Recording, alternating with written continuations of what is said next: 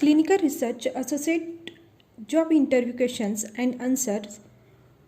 What is the difference between effectiveness and efficacy?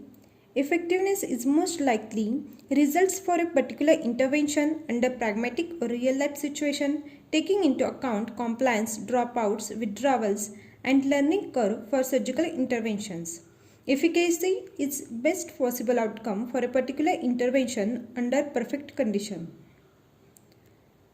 Definition of clinical trials. Clinical trials are experiments or observations done in clinical research.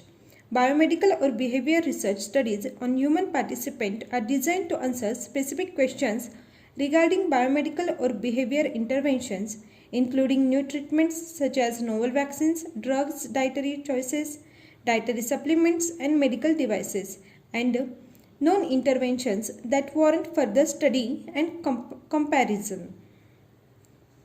Types of clinical trials. There are many types of clinical trials. There are mainly two types of trials. In an observational study, the investigators observe these subjects and measure their outcomes. The researchers do not actively manage the study. In an interventional study, the investigators give the research subject an experimental drug, surgical procedure, use of a medical device, diagnostic or other intervention to compare the treated subjects with those receiving no treatment or the standard treatment. Then the researchers assess how the subject's health changes. Enlist types of clinical trials: prevention trials, screening trials, diagnostic trials, treatment trials, quality of life trials, genetic trials, epidemiological trials, fixed trials, adaptive clinical trials. Explain phases of clinical trials. Preclinical trials.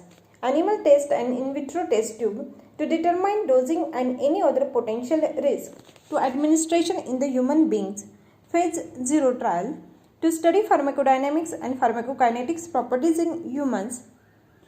Phase 0 trials are optional. First in human trials, single subtherapeutic doses of the study drug or treatment are given to a small number of subjects, typically 10 to 15, to gather the preliminary data on the agent's pharmacodynamics, what the drug does to the body, and pharmacokinetics means what the body does to the drugs. For a test drug, the trial documents collects the information regarding absorption, distribution, metabolism, and clearance of the drug and the drug interaction within the body to confirm that these appear to be as expected. Phase 1 trials. To carry out a safety screening. Often are first in personal trials, testing within a small group of people, typically 20 to 80, to evaluate safety, determine safe dosage ranges, and identify side effects. Often performed by CROs, contract research organizations, or in large teaching hospitals. Phase 2 trials. To establish the preliminary efficacy of the drug in a treatment group, usually against a placebo control group. Phase 2A is specifically designed to assess the dosing requirements, how much drug should be given, while a Phase 2B trial is designed to determine efficacy and studies how well the drug works at a prescribed dose, establishing at a therapeutic dose range. Treatment or the experimental drug is given to a large group of people, 100 to 300, to see that drug is effective or not for the treatment. Phase 3 trials.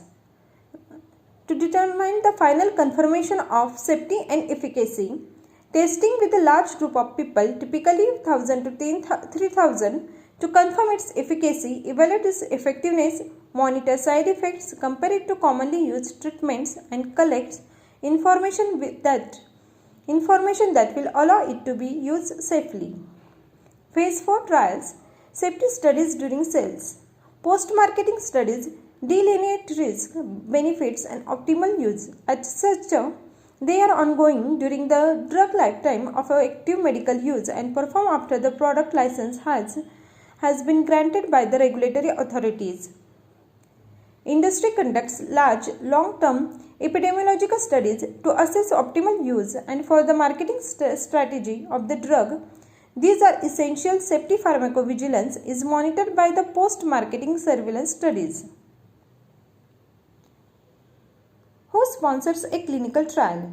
Clinical trials can be sponsored or funded by a variety of organizations or individuals, including physicians, medical institutions, foundations, voluntary groups, and pharmaceutical companies.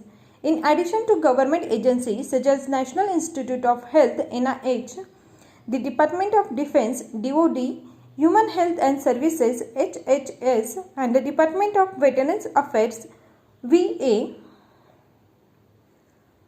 Can a participant leave a clinical trial at any point? Yes, a participant can leave a clinical trial at any time. The participant should inform the research team while withdrawing from the trial and the reason for leaving the study. What is a control or control group? A control is the standard by which experimental observations are evaluated. In many clinical trials, one group of patients will be given an experimental drug or treatment while the control group is given either a standard treatment for the illness or a placebo. What is a protocol? Protocol is a study plan on which all clinical trials are based. The plan is carefully designed to safeguard the health of the participant as well as answer specific research questions. A protocol describes what types of people may participate in the trial, the schedule of the test, procedures, medications and doses, and the length of the study. While in a clinical trial, participants following a protocol are seen regularly by research staff to monitor their health and to determine the safety effectiveness of their treatment. What is a placebo? A placebo is an inactive pill, liquid or powder that has no treatment value. In a placebo-controlled trial, some portion of the participants will receive placebo instead of an active drug or experimental treatment to assess the experimental treatment's effectiveness and safety related to no treatment at all. Thank you.